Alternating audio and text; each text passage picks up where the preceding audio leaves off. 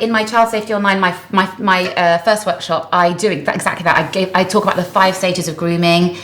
So I alert parents to that. So then they want, because I think when you're alerted to that, you can then talk to your children, so they're alerted to it, and then you can guide them on what to do and what to do if somebody ever does ask you for a message on, and my advice would be, teach your children. This is the big thing that I teach. I get very boring in my workshops. I keep saying it over and over again.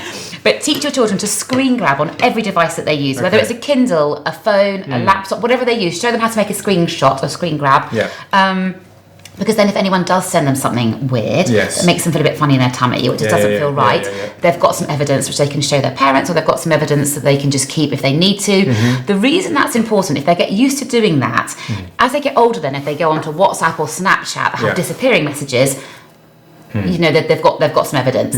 And the other thing is to block and report. So to show your children on whether they're on, again, Roblox, Minecraft, whatever game they're on, you can block and report on all of these platforms and teach your children to block and report.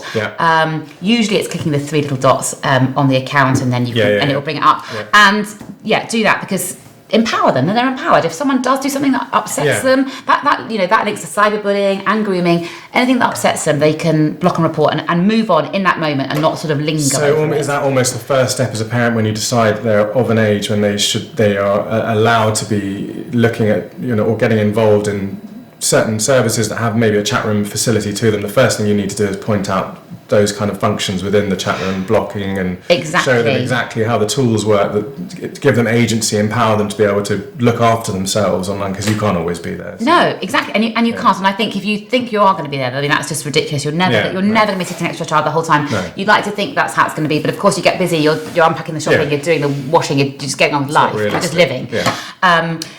So exactly, that's the first thing, is to check out the lots of them have got really good safety settings, and we just don't use them. So you look at the safety settings and get it set up before they go on, before they start, because the worst thing is if they started and then you go back and you're like, wait a minute, we're just going to, and then it sort of feels a bit like you changed but if they don't know what it's like not to have the settings and parental controls in place, then that would be my advice. And it's the same for cyberbullying, in that if that starts to, well, first of all, cyberbullying, what is the definition of that? How does that sort of manifest cyberbullying itself? It can manifest itself in lots of ways. I think we often think about someone saying something unkind to you online.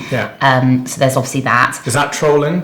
That could be called internet trolling. That's kind of but there's also strange things like people taking your passwords. And young people, I think, especially little ones, they might think, this is my best friend, I'm going to share my password with my best friend. And I've read a lot about how this happens. You share the password, best friend becomes no longer best friend anymore, and they're a bit older, and they've got your password, and then they often can go in and they're sharing your stuff with people, and that's another way that cyberbullying happens.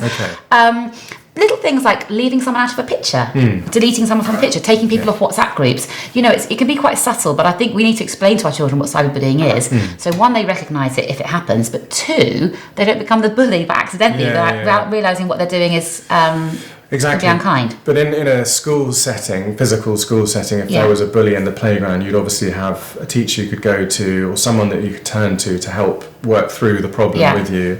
You obviously, in the cyber scenario, you have your parents on, to talk things through and try to. But other than that, is there any way to prevent it? Any measures that can be taken within whatever platform it's happening to prevent it from continuing, or that sort of, I mean, or do you just take them off the platform and say this isn't? Well, or do you change username or something like that? I don't know.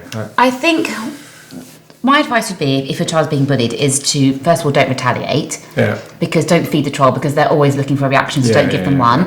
I'd always talk to the school as well, because unfortunately research shows that online bullying and classroom bullying tend to go hand in hand. Well, they're quite often the same people. It's just happening all over the place, and it's just hideous.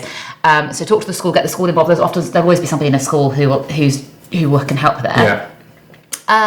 Again, empower your children to block and report. So block and report that person, and really lock down. So if they're gaming, just lock it right down. Could turn off the chat feature, put it or make the keep the privacy as tight as possible, so they're just playing with their friends.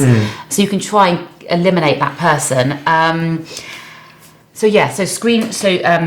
blocking and reporting and locking down the privacy would be my advice, and something we should think about as parents, because it's so obvious, it seems so like the most sensible thing to do, that if someone's bullying your child on a phone or on whatever it is, on a switch, you take that tech away from them. But actually that's probably the worst thing you can do, because you're punishing them for something they didn't do. True. But also, worst case scenario, if it happens again, they might not tell you for fear that you're going to take their tech away again. Yeah, that's true. So you kind of got to be quite. The next time that they won't be as open with you. They might not be as open, because they'll be thinking, but I don't want to lose Switch, I don't want to lose my, or I don't want to lose my exactly. phone, or whatever it might be. Yeah, no, that would not be a good way to handle it in my household. That would be but it seems sensible. It seems like it seems like, for me, it'd be like you're taking the bully away, but actually it's sort of, you are, but you're also perpetuating a away. Problem. Yeah. And do these service providers or platforms, do they keep like when people are reported, is there like a list of people that are like on a watch list or something? I have no idea. Does that work like that? I don't know. I have no idea how it works. Presumably they could just change their username, but they still know they're what's it called, the internet. Yeah. I know. I can't remember the word, but yes, that. I know that when I block, because I block quite a lot of weirdos on Instagram. Right. So when I block people on Instagram, they say block this person and any future accounts that they make. Okay. So that happens on Instagram, but I'm not hugely on like Roblox and Minecraft, but I don't know whether that's a similar thing. So they are able to tell when someone has recreated themselves on at least Instagram can. Yeah, they can. Okay, yeah. that is good. Okay, that's